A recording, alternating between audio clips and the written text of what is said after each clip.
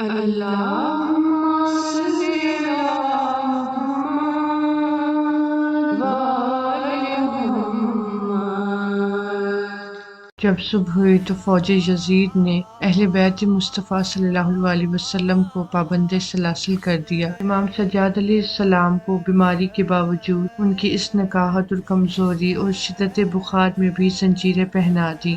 آل رسول صلی اللہ علیہ وسلم جب شہیدوں کے لاشوں کے قریب سے گزرے تو ان کی رخصتی کو دیکھ کر زمین و آسمان لرز گیا۔ سیدہ زینب سلام اللہ علیہا نے مدینہ منورہ کی طرف رخ کر کے فرمایا، اے اللہ ہماری اس قربانی کو قبول فرما اور سید الشہداء امام علی مقام امام حسین علیہ السلام کی لاڈلی بیٹی جناب سکینہ سلام اللہ علیہا جو اس وقت 4 سال کی تھی، وہ اپنے شفیق باپ کے جسد اطہر سے لپٹی ہوئی تھیں۔ سیدہ زینب سلام اللہ علیہا بڑی مشکل سے انہیں وہاں سے لے کر آئیں۔ یہ خاندان نبوت کا مختصر سا قافلہ محرم کی 12ویں تاریخ کوفے کے قریب پہنچا۔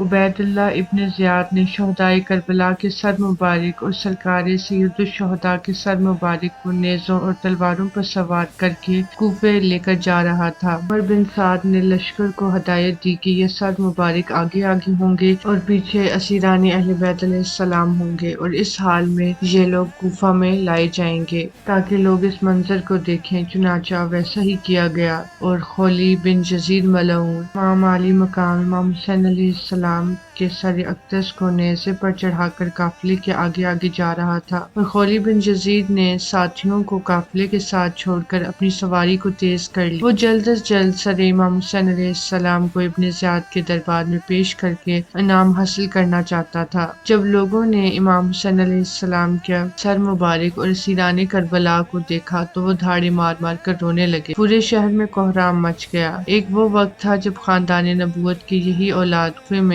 شہزادوں کی حیثیت سے آتے تھے، اور آج اسیر ہو کر کوفے میں داخل ہو رہی ہیں۔ جب سیدہ زینب سلام اللہ علیہا اور باقی مستورات کا یہ قافلہ شہر میں داخل ہوا تو بازاروں، دکانوں اور درختوں اور مکانوں کی چھتوں پر مرد، عورتیں اور بچے آل نبی صلی اللہ علیہ وسلم کا یہ منظر دیکھنے کے لیے جمع ہو چکے تھے۔ سید الشہداء اور اسیر اہل بیت کو دیکھتے تو کچھ عورتوں کے دلوں میں ہمدردی پیدا ہو گئی تو انہوں نے کھجوریں دینا شروع کر دی۔ سیدہ زینب سلام اللہ علیہا نے فرمایا، اے کوفے والوں، صدقہ ہم پر حرام ہے، اور آپ نے وہ کھجوریں واپس کر دی۔ سیدنا امام حسین علیہ السلام کا سر مبارک نیزے کی نوک پر رکھا ہوا سب سے آگے تھا، اور ہر طرف لوگوں کا ہجوم تھا جو آل مصطفیٰ صلی اللہ علیہ وسلم کو باغی باغی کہہ کر ستاتے تھے، اور آل رسول صلی اللہ علیہ وسلم کی سید زادیاں اس حال میں کوفہ کے بازاروں سے گزر رہی تھیں۔